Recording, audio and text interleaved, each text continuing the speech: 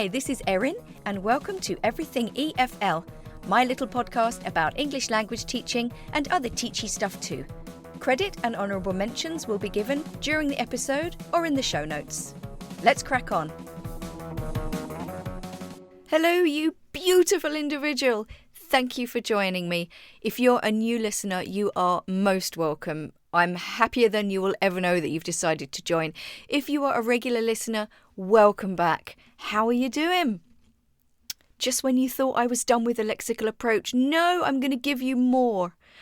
First of all, though, I really want to just thank everybody for the positive feedback and the messages that you've been sending me. I love hearing from you and I love engaging with you. I would ask you, though, that if you do enjoy my content, please share it. Share any of my posts, any of my videos on your stories and your feeds. Give me a 5-star review on iTunes or Spotify, or write me a kind-worded review. Let's change that algorithm and get me seen. Anyway, without further ado, this is the 3rd episode in my series about the lexical approach. There may be another one, haven't decided yet, still working on it. If you haven't listened to episode 60, where I interview Hugh Dellar about the lexical approach, and episode 61, where I talk about approaching grammar lexically, I suggest you go back and listen to those first, okay? So today, guys, we are going to talk about reading and listening, which lends itself nicely to the lexical approach. So we are going to talk about reading and listening together first. I'm literally diving straight in, guys, okay? There's no big sort of preface or foreword or anything. Like, you guys don't have a lot of time. I don't have a lot of time. And at the end of the day, you just want to listen to this, write down a few notes, and then just go straight to your classroom and apply it. So here we go. All right, let's talk about reading and listening together, first of all, and about pre-teaching, okay? Okay, so I want to change your approach to pre-teaching vocabulary before your students do a reading or a listening. So usually you're like, okay, here are a few words to help you understand the reading, okay? We don't really think of it as a language teaching opportunity. So first things first. Obviously, I'm going to say this. Don't just teach words, teach phrases or chunks of language. That's the first thing. Now let's just take a really simple example. You've got a phrase in the text like, my bag was stolen, okay? You could pre-teach the word steal. You could talk about how you get your bag stolen, blah, blah, blah. But at the end of the day, if the phrase in the text or the transcript is my bag was stolen, teach that as a chunk, okay? It just makes a lot more sense. Think about this example. Let's say you are teaching cab. Now, normally you might just say, what is a cab? It's a taxi. It's the same thing. Okay, but think about last week. We talked about common phrases and expressions around certain words and around certain grammatical points. Okay, so you could teach things like, want to get a cab. So again, want to get a cab, want to get a cab, or I'm drinking so I'll have to get a cab later, or something like that. Much more useful. Okay, let's dive into reading. So let's talk about prediction. We all do this. Look at the picture, look at the title. Here are a few words. Let's predict what's in the text. Apparently, research has shown that isn't too motivating. So you could give students phrases from the text to help them predict. What's wrong with giving your students a helping hand, And then when they read the text, they'll recognise all of those phrases and lexical chunks. Makes sense to me. Okay, let's stick with pre-reading tasks for the moment. Can you generate language in the text with the pre-reading task? Bear with me here. This language you generate, it doesn't have to necessarily be connected to the language within the text, but it is a good way of teaching students some really nice lexical chunks they might be missing. So let's imagine your text is about the history of McDonald's. A typical lead-in would be, what do you know about McDonald's? Or what do you know about fast food? Accept all the answers, turn them into chunks, but think about really good language like, going to the drive-thru, grab a quick bite to eat. They may or may not be in your text, like I said, but these are useful phrases. So if you know your students or you get to know your students, maybe your students hang out in the mall on a Saturday, they often go to McDonald's, so give them language around that, Imagine you're talking to your friend. Let's grab something to eat. it's just all really nice conversational language. And again, guys, think about the lexical approach. It is really focused and geared towards conversational English. This is the key to communication at the end of the day. Okay, so you've done your text. Let's talk about highlighting chunks of language and adding more layers of information. So let's imagine in your text you have something like, I got up late today. Okay, so we have get up and then we have late. A nice collocation. Why don't we switch it up? Again, using those common expressions like, I never get up on time. I hate getting up. You're looking at different pieces of grammatical lexis, but you're also using that piece of language in different ways, but very common ways. You can't lose. And this one might be obvious, and I really hope you're doing it, but when you are doing a comprehension kind of exercise, get your students to highlight the text and tell you where they found the answer in the text. And, you probably do this all the time with true, false. Why is it false? Again, get them to highlight it. It's good practice. And the focus then is on whole sentences and phrases and not just one word. So let's imagine you're doing, I feel like I'm just firing information at you, but what can I say? This is what I do. So let's imagine you're talking about the text afterwards. You're doing a little follow-up, okay? For high levels, you could just ask questions like, what surprised you, what shocked you, blah, blah, blah. For kind of mid-level students, you could give them the beginnings of fixed phrases like, what surprised me was. And then for low levels, you could give them a choice of phrases, or you could give them a statement like, what surprised me was the economic growth in the country. And then you could have like a agree or disagree kind of thing going on. So you're kind of leveling it, you're pitching it, which is also really nice, but you are exposing students to these really nice chunks of language. What surprised me was is brilliant. Those clefs, I love a clef sentence.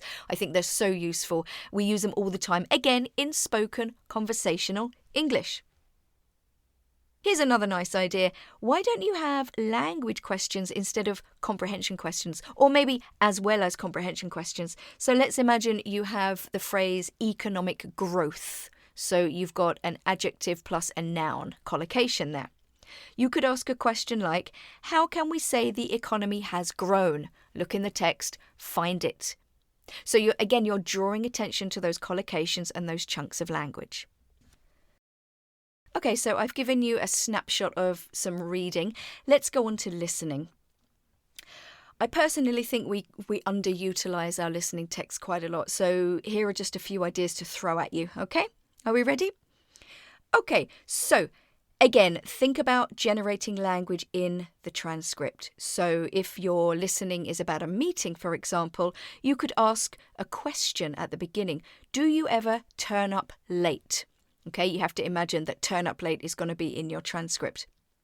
So design questions so they produce language in the transcript. Okay, drilling chunks of language. This is quite a good idea because, again, we tend to pre-teach sort of like words or maybe like a couple of collocations. But again, think about the first thing I said, want to get a cab?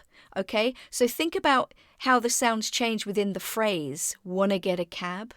And even if it's written down, it's really nice to actually hear it so that, if it does appear in the text, oh, it's late, you want to get a cab? They'll recognise it. It won't be, just because you teach them the word cab, it doesn't mean they're going to catch it in the text. But if you drill it within, that lexical chunk, the students are just going to have a much better chance of actually recognising it and understanding it. So how about this as well? When you're doing prediction, don't just predict the content, okay? But when you've finished listening, predict how the conversation will develop. That is, if you're doing like an interview or a conversation, but I think most course books, do include those. And then you have the possibility of, role-playing different scenarios or getting students to sort of write down a few ideas of how the conversation develops, which I think is a really, really nice idea. Get students to use their imagination. And also, it has to be cohesive and coherent. It has to follow on from the conversation that they've just listened to. Okay, let's just go back to pronunciation. When we're talking about highlighting some chunks of language, when students listen back to the audio, I hope you do give them the opportunity. We'll talk about that in a moment. You could do a lot of drilling here, or you could just let your students listen to the chunks and the sentences, because, listening and recognition is a very large part of the development of your students' pronunciation. It's not necessary to drill them and get them to repeat everything, just let them listen. And then, this kind of thing, no prep is needed, which we love. And also, remember that conversations are organised differently from reading texts. There's different grammar, there's different lexis, but also, you get that connected speech and those weak forms and stuff like that. So this kind of just listening to those highlighted chunks is really useful for your students' speaking skills. And then if you like, you can continue that by marking features on the board, elision or weak forms or whatever you like, whatever you want to focus on that day. Okay, so as I mentioned, exposing your students to the audio several times, I think, makes perfect sense. Like usually, you get them to listen once or twice to get to grips with it. You just question a couple of times for them to understand and answer the questions.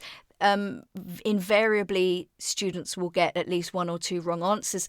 Students need the opportunity to decode the language, and then again, going back to the drilling or the exposure to those chunks, that will help them decode the language as well. Give them the transcript as well, guys. Give them the transcript with several chunks of language underlined. You can do some grammar here if you like, just as you would when you reformulate the emergent language that might come out. See episode 60 for that. You could go, okay, I like swimming. All right, so what do you notice about the verb after like? That kind of thing. Then you can, use that opportunity to ask a few grammatical questions rather than, doing an explicit sort of grammar lesson. This is an interesting piece of information, guys. This isn't just for listening, but I'm just going to throw this in here because I think it's useful. Students are less likely to confuse words if they learn them and process them as part of a chunk rather than a single item. So again, going back to pre-teaching, always do it as a chunk or as a phrase. Okay? Want to get a cab? Okay, so I realise that I've just basically been firing a load of stuff at you, and this is by no means like a comprehensive guide. But at the end of the day, I don't think giving you, doing an hour podcast is going to help you, because are you really going to sit there and listen to it all? I just want to throw a few little ideas and concepts out there. And my challenge to you, my gorgeous teacher, is to take one or two of these concepts and try them in your class this week. I don't think it's going to disrupt your methodology, or it's going to, take too much extra time to put some of this stuff into your lesson. And I think that the benefits for your students will be huge. I also recommend that you read Teaching Lexically by Hugh Dellar and Andrew Walkley. I'm going to put some links on the show notes as well with a couple of YouTube videos and stuff from Hugh Dellar. It's all really, really, really useful stuff. But at the end of the day, what you have to do is take some of this stuff and try it in your class. So thank you for listening, guys. Okay, I really, really appreciate every single person who listens to this. So have a lovely week. Look after yourself. If you see anything on my Instagram or Facebook that you really like, share it on your story, share it on your feed, and let's make this podcast grow. Thank you again for listening. Share the love, guys. Bye.